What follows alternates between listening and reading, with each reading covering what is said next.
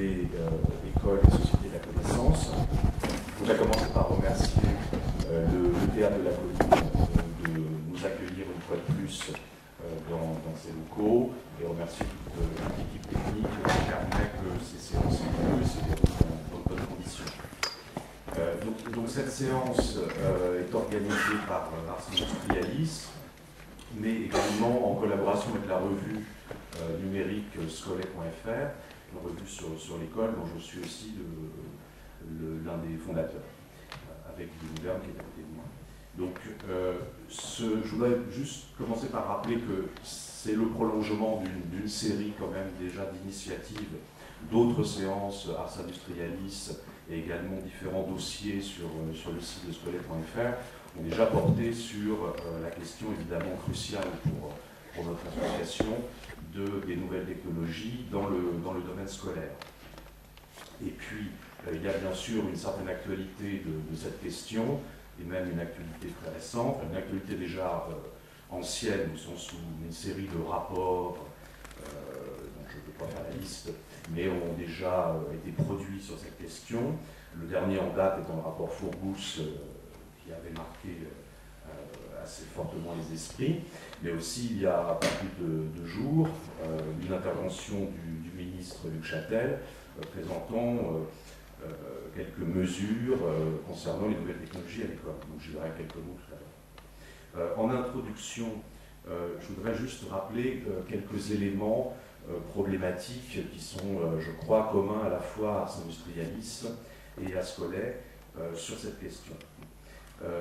D'abord, l'idée nous résumons souvent par le concept de grammatisation, c'est-à-dire que pour nous, les nouvelles technologies du numérique sont à replacer dans un contexte général d'évolution des supports de mémoire, de ce qu'on appelle souvent, nous, les hypomnémata, et finalement, histoire de l'écriture entendue au sens large, histoire des traces humaines, telles qu'elles s'inscrivent sur différents supports. Et de ce point de vue-là, il me paraît que l'informatisation généralisée de la société, mais aussi dans le domaine du savoir, est un phénomène en effet incontestable, fondamental, et qui entraîne une mutation importante du rapport à la culture.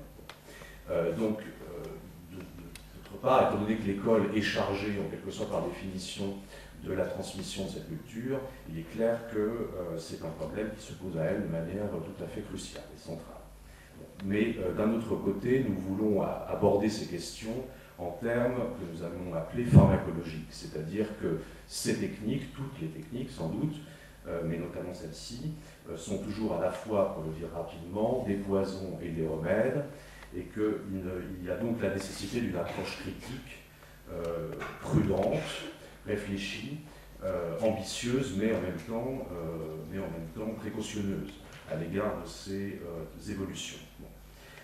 Enfin, j'ajouterais que tout ceci se pose dans le contexte actuel, d'où le titre de la séance, dans le contexte actuel de ce qu'il est convenu d'appeler, différentes expressions existent, enfin la société de la connaissance, ou l'économie de la connaissance. Or, il nous paraît que ces évolutions, cette appellation même est fortement ambiguë, fortement ambivalente, elle-même à considérer d'un point de vue pharmacologique, et que pour le moment, il nous semble que les évolutions de cette société de la connaissance tendent surtout vers une subordination de la culture aux enjeux d'abord économiques, de compétitivité, etc. Je pense que Christian Laval, si présent, reviendra probablement sur ces aspects. Alors, sur cette base, nous sommes convaincus qu'il faut une politique ambitieuse et active du numérique à l'école, mais j'insiste, ambitieuse et active, mais d'abord critique, prudente et réfléchie, et dont je formulerai juste 1 ou 2 axes principaux. D'un côté, il est certain que le contexte s'impose à nous, c'est-à-dire que les élèves aujourd'hui sont ce qu'il est convenu d'appeler des digital natives, des natifs du numérique. Donc il ne peut pas être question pour l'école de nier l'importance de ces évolutions et de ces techniques, sous peine d'accroître le fossé déjà probablement existant entre elles et le reste de la société. Mais en même temps, nous sommes assez convaincus, et on débattra bien sûr de ce point, mais pour notre part, que l'évolution, l'introduction, s'il faut employer ce terme, des nouvelles technologies à l'école, ne doit pas être pensée en termes de rupture, encore moins de table rase de la tradition scolaire, disons, mais plutôt l'occasion d'une refondation, d'une renaissance de la mission que j'oserais même appeler classique de l'école, à savoir essentiellement quand même apprendre des savoirs constitués dans le cadre et en vue d'une formation d'abord intellectuelle et cognitive exigeante. Ce qui voudrait dire que ces technologies doivent être investies de manière d'abord proprement scolaire, au service de l'étude, au service de la scolaire, hein, de l'otium, de l'étude, donc dans une certaine mesure à l'écart des usages ordinaires, dominants, existants.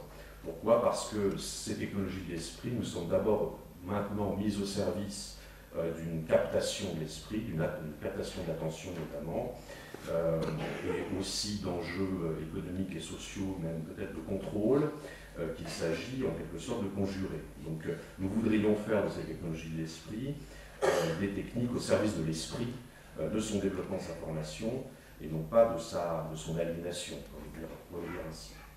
Or, si l'on regarde, pour finir, un peu les derniers rapports, et notamment les mesures préconisées par Luc Châtel il y a 2 jours, il me semble que ces rapports et ces approches pêchent à la fois par un excès, par un défaut d'ambition, car en particulier les enjeux proprement cognitifs sont très largement absents de ces rapports, et en même temps par un excès quand même d'enthousiasme et dans une croyance un peu idolâtre dans le fait que ces technologies vont résoudre les problèmes de l'école en quelque sorte par magie.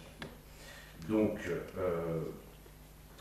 pour discuter de tous ces enjeux, je présente donc rapidement les 3 intervenants qui sont ici à côté de moi. Donc tout d'abord Christian Laval, à ma gauche, sociologue, professeur de sciences économiques et sociales au lycée Buffon, et aussi membre de l'Institut de recherche de la FSU, auteur de plusieurs ouvrages, notamment sur la nouvelle raison économique du monde, et plus particulièrement sur l'école. Je citerai à cet égard en particulier l'ouvrage de 2004, « L'école n'est pas une entreprise, le néolibéralisme à l'assaut de l'enseignement public », aux éditions de la Découverte. À la gauche de Christian Laval, Philippe Mérieux, qui a été professeur en sciences de l'éducation à l'université de Lyon 2, auteur de nombreux ouvrages connus et articles de pédagogie notamment, et qui depuis septembre 2006, sauf erreur, est responsable de la chaîne de télévision éducative. Pas du tout. Ah bon, d'accord. Je retire cette formule. Mais en revanche, depuis peu, vice-président de la région Rhône-Alpes, chargé de la formation continue. Les deux n'étaient pas compatibles. D'accord, très bien. Voilà.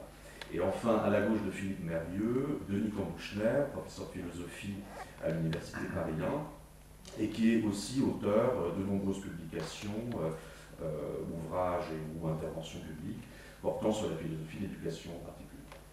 Voilà, donc pour commencer, je laisse la parole donc à Christian Laval, et puis ensuite probablement Philippe Mérieux, puis Denis Cambouchner, enfin Bernard Stiegler. Bien sûr, à la fin, nous réserverons, comme d'habitude, j'espère au moins 1 heure pour pouvoir échanger avec vous. Voilà, je vous remercie.